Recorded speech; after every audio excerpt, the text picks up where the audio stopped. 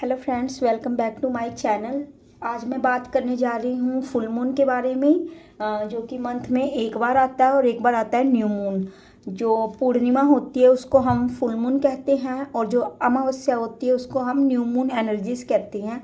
तो होता क्या है फ्रेंड्स कि जब भी ये full moon and new moon आते हैं तो कहीं ना कहीं जो हमारी सोल होती है वो कहीं ना कहीं काफ़ी उसके ऊपर हमारे सोल यानी कि ओरा ओरा होता है, उसके ऊपर कई तरह की लेयर्स लग चुकी होती हैं। तो ये जो पावरफुल से डेज होते हैं full moon and new moon, ये कहीं ना कहीं हमारी सोल के ऊपर लगी हुई गंदगी को ऐसे खींच खींच के उतार रही होती है।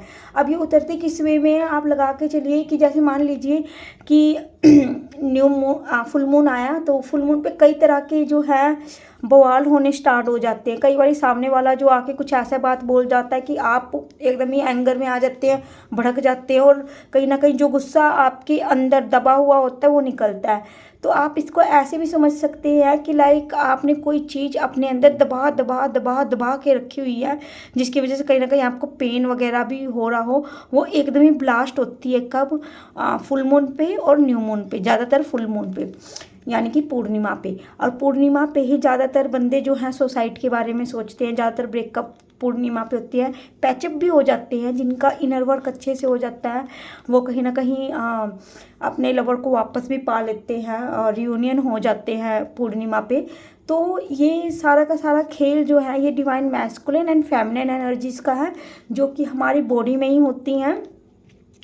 अगर एक भी एनर्जीज जो है ऊपर होती है और एक नीचे हो जाती है तो ये डिसबैलेंस हो जाती है, जिस कारण हमें जो है बहुत कुछ झेलना पड़ जाता है। और जब तक ये बैलेंस में नहीं आती तब तक जो है ये फुल मून और न्यू मून हमें जो है इफ़ेक्ट करते रहते हैं और कहीं ना कहीं हम जो है पेन में आ जाते हैं और सफ़र करते रहते हैं। कहीं ना कहीं सर्वाइवल करना हमें औखा हो जाता है, प्रॉब्लम आती है हमें। हमें लगता है बस मर जाना चाहिए, जीने का कोई फ़ायदा नहीं है।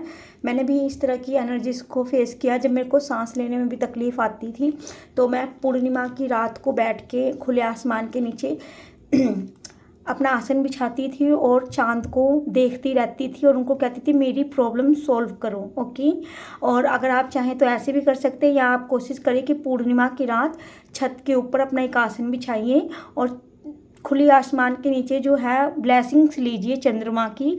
जो तो बैलेंस है वो तो कहीं ना कहीं आप बाकी सोल्स के लिए प्रेयर कीजिए कि जो इनबैलेंस है वो कहीं ना कहीं बैलेंस में आ जाए। यूनिवर्स से प्रेयर ज़रूर कीजिएगा उन सोल्स के लिए जो काफ़ी पेन में है। और जो बैलेंस में आ चुके हैं, जिनको फ़र्क नहीं पड़ता फुल मून न्यू मून से, ऐसा तो नहीं है, ज़्यादातर बंदों को पड़ता ही पड़ता है। सिर्फ मेडिटेशन करने वाले बंदों को थोड़ा बहुत फ़र्क नहीं पड़ता, और जो कहीं ना कहीं बहुत अच्छे से मेडिटेशन करते हैं उनको भी नहीं पड़ता। पर अच्छे अच्छों को भी ये एनर्जीज कहीं ना कहीं अपनी चपेट में ले लेती हैं और कहती है कि आओ और लड़ो।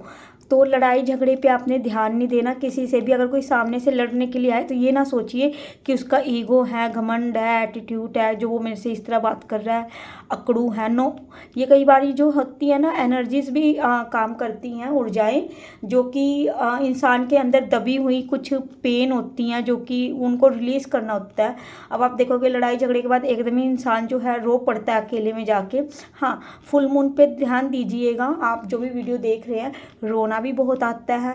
तो अगर आपको ऐसा लगे ना कि बहुत रोने का दिल कर रहा है तो यकीनन आप अपने लिए एक कोना ढूंढिए।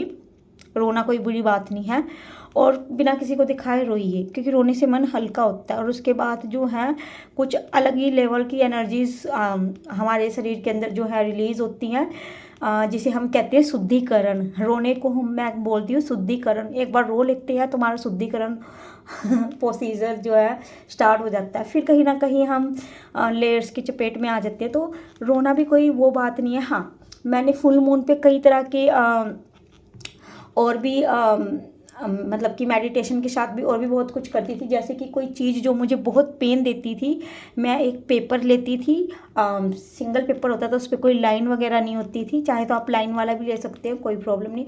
और वो चीज़ जो आपको पेन दे रही है उस चीज़ के बारे में आपने सोचना है और लिखना है, पूरा लिखना है। जितनी तकलीफ़ है आपको, बड़ी बड़ी, मेजर, माइनर नहीं मेजर, लिखते रहिए। और जब आप लिखेंगे तो आपका कुदरती रोने को दिल करेगा, तो अपने आंसुओं को पोछिएगा नहीं, रो भी लीजिएगा अगर कोई इस तरह का पास्ट रहा है या फिर कोई लव वंस की कोई याद वगैरह रही है, ठीक है। तो उसके बाद आपने क्या करना है, उस पेपर को जला देना है और जो उसकी राख है उसको फूंक मार के उड़ा देना है। तो इस तरह क्या होता है कि आपने कई तरह की एनर्जीज जो अपने शरीर के अंदर अपने बॉडी के अंदर जो है कैच करके रखी हुई थी, उसको आप धीरे धीरे करके रिलीज़ करते हैं।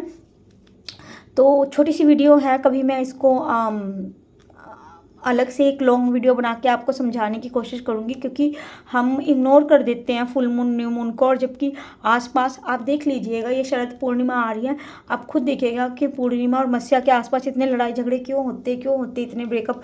और कभी आप ध्यान देखें तो पूर्णिमा पे ही सबसे ज़्यादा सुसाइड बंदे करते हैं, क्योंकि उनसे अपनी ऊर्जाएं संभाली नहीं जाती। तो मैं आपसे रिक्वेस्ट करती हूँ, जो भी इस वीडियो को देख रहा है, कि ज़रा ध्यान दीजिएगा और ख़ुद की एनर्जी को थोड़ा बैलेंस में रखिएगा। ज़रूरी नहीं है कि हर बारी सामने वाले की गलती हो, कई बारी उसकी भी ऊर्जाएं जो है कहीं ना कहीं ऊपर उठ रही होती हैं और आपकी भी उठ रही होती है। जब दो तरह की वाइब्रेशन बिल्कुल ही इक्वल पे नहीं होती, तो वो कहीं ना कहीं ऐसे क्रैश होती रहती हैं। तो आप देख लीजिएगा कि सामने वाले हाई वाइब्रेशन से डील कर रहा है, लो वाइब्रेशन से डील कर रहा है। ओके, तो छोटी सी वीडियो फ्रेंड्स शायद आपको समझ में आई होगी, पसंद आई होगी। Thank you for watching.